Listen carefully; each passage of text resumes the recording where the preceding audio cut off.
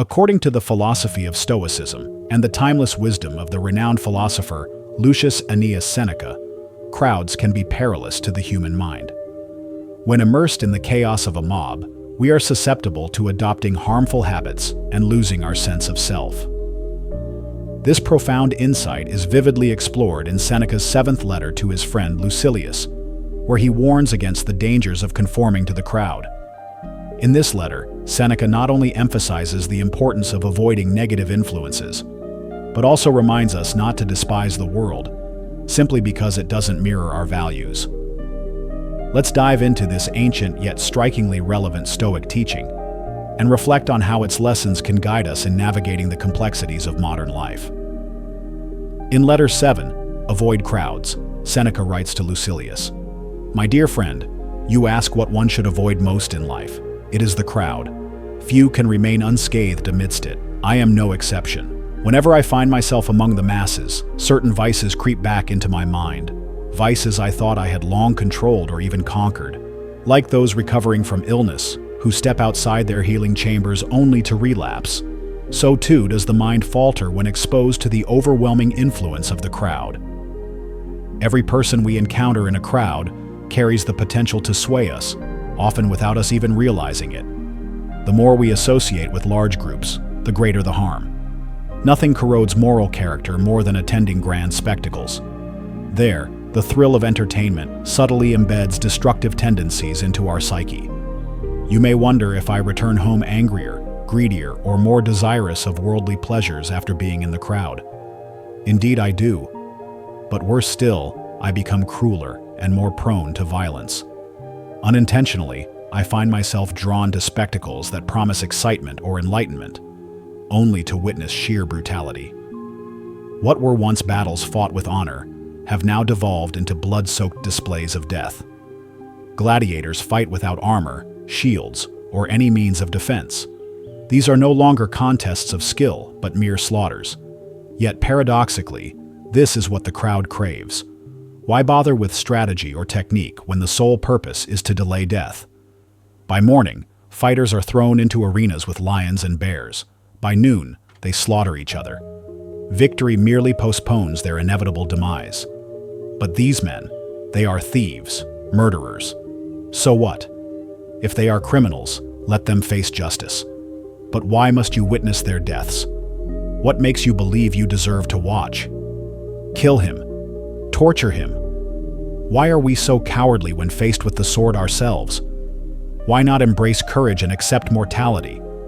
Bind them with ropes, send them into the arena chest bared, without shields. During intermissions, throw in more fighters to keep the audience entertained. As the saying goes, what goes around comes around. Those who incite savagery will eventually reap its consequences. Alas, the spectators, those who revel in such barbarity, are often incapable of learning this lesson. For those whose minds are still immature and lack discipline, avoiding crowds is essential.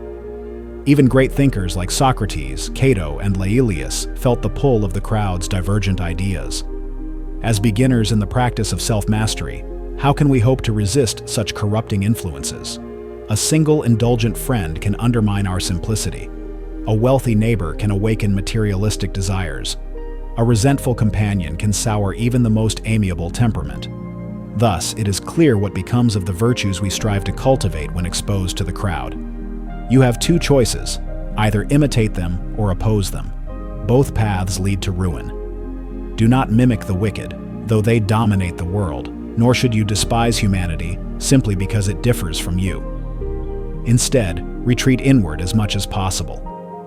Spend time with those who inspire growth, and welcome those eager to learn from you. Teaching others is itself a form of learning.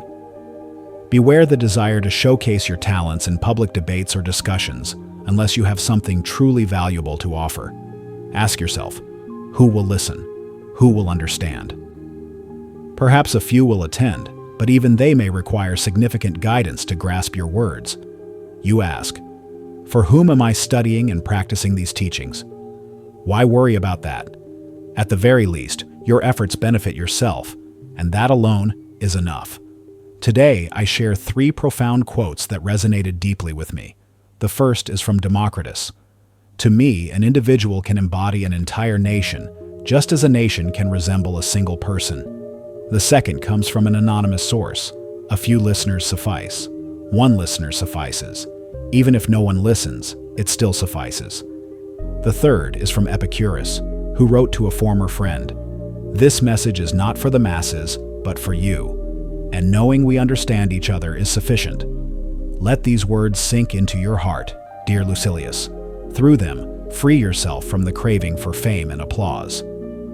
When surrounded by admirers, ask yourself, would you feel truly content if everyone understood you?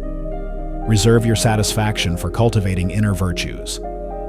And there you have it, the timeless wisdom of Seneca's 7th letter, offering guidance on navigating the perils of conformity and staying true to oneself. As we reflect on these teachings, let us remember that Stoicism is not just an ancient philosophy, but a practical toolkit for living a meaningful life. If you enjoyed this exploration of Stoic thought, don't forget to like, share, and subscribe for more insights into timeless wisdom.